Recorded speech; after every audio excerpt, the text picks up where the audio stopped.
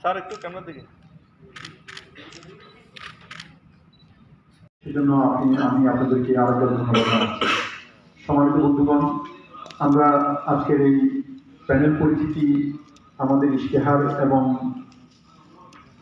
এই ইশতেহারকে আপনাদের সামনে তুলে ধরার জন্য এবং আমাদের প্যানেলকে আপনাদের সামনে পরিচিত করার জন্য আনুষ্ঠানিকভাবে আমরা আজকে এই মিট দ্য প্রেস আয়োজন করেছি। আমি আপনাদেরকে আপনাদের অনুরোধে